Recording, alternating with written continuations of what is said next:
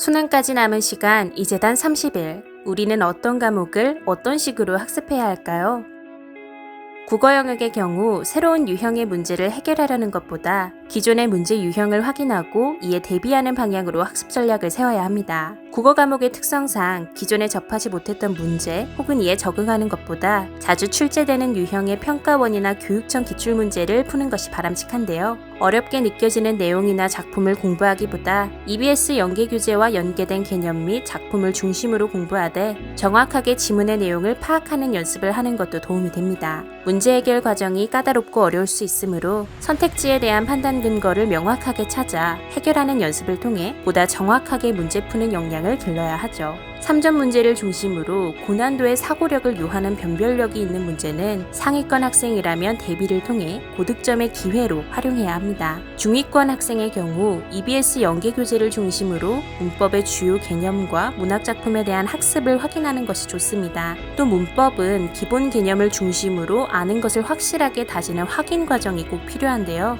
하위권 학생 역시 자신이 있는 영역을 중심으로 확실하게 풀 수 있는 문제에서 실수하지 않도록 유념하고 EBS 연계교재를 통한 문학작품 학습에 주력하는 것이 좋습니다.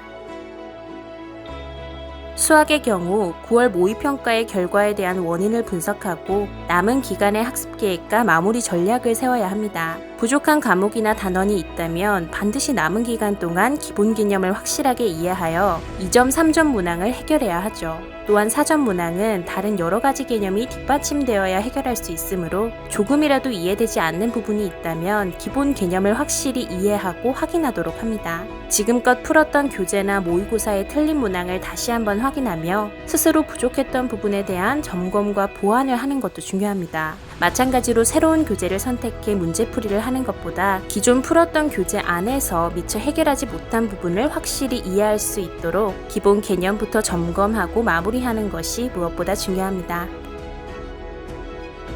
영어의 경우 절대평가이지만 고득점을 위해서는 결코 소홀히 해선 안 되는 과목입니다. 평가원 모의고사 등에서 EBS 연계교재와 연관된 문항이 보이므로 EBS 연계교재를 꼼꼼하게 학습하는 것이 영어 등급 향상에 많은 도움이 되는데요. 1등급을 목표로 하는 학생들은 평가 모의고사에서 응시자의 정답률이 낮았던 문항을 확인하고 이를 점검하는 자세가 필요합니다.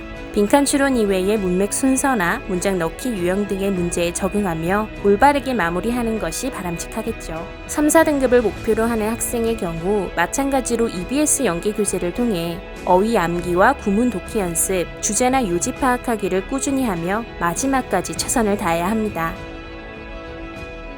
사과탐의 경우 출제자의 입장에서 교과서와 기본서를 중심으로 핵심 개념과 원리를 정확히 다지는 단계가 필요합니다. 교육평가원은 이미 출제된 문항이라도 교육과정에서 다루는 핵심적인 내용은 문항의 형태, 발상, 접근 방식 등을 다소 수정하여 출제한다고 여러 번 강조하였으며 실제 매번 60% 이상의 문제들이 지난 5년 이내 수능 기출문제와 평가원 모의 문제에 변형된 문제 혹은 그 주변에서 출제되고 있습니다.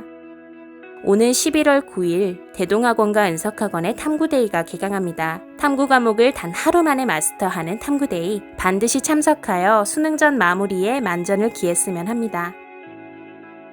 수능까지 남은 시간 이제 단 30일. 수능이 끝난 직후에는 여러분의 수능 성적을 기반으로 한 1:1 정시 배치 상담이 무료로 진행됩니다. 최선을 다한 여러분께 반드시 좋은 결과가 있길 바랍니다.